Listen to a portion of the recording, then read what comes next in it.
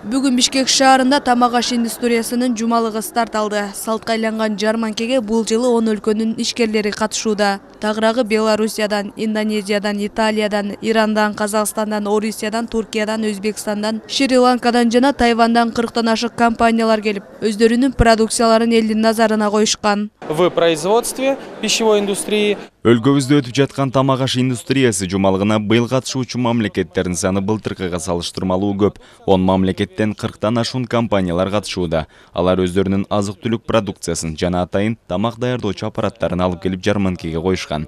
Бул жумалык ишкерлердин тажрыйба алмашуусуна жана кызматташуусуна чоң мүмкүнчүлүк боло алат. Бул өзгөчө аппарат Тайвандан алынып келинген. 1 саатта 7000 вареник, 15000 чучпара жана 5000 самсы чыгарат. Кичинекей жана ыңгайлуу бул аппарат Тайванда жасалган болсо, азыр кыргызстандыктар дагы сатып алганга мүмкүнчүлүк жаралды. Биздин аппарат пельмен чыгып атат. 1 саатта 6-7 штук чыгып атат. Размер, грамм баары алмаштырат. Дагы вибрациясы да бар. Фильтрация делает, обогащает, тесто мест дагы бар.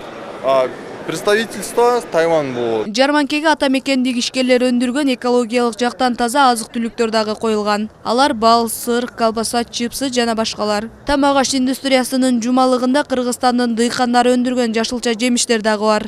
Биз Беловодская айылынан овощлерди чыгарганбыз. Жер жемиштер. Булар морковка, пияз, капуста, картошка. Фермерлер менен иштеп, алардан алып, ушуларды экспорт кылып туруп, чет өлкөгө жөнөтөбүз да. Жумалыкка катышкан ишкерлер бири-бири менен тажрыйба алмашып, өз азыктарын көрсөтүп, өнөктөштөр менен таанышып, жана пайдалуу келишимдерди түзгөнгө чоң өбөлгө болмокчу. Тамак аштын түрү коюлган жарманкеге шаар тургундары акысыз кирип, жактырган нерсесин сатып ала алат. Айсара Тыналык кызы, Бекназар Шерманбетов, Нью ТВ.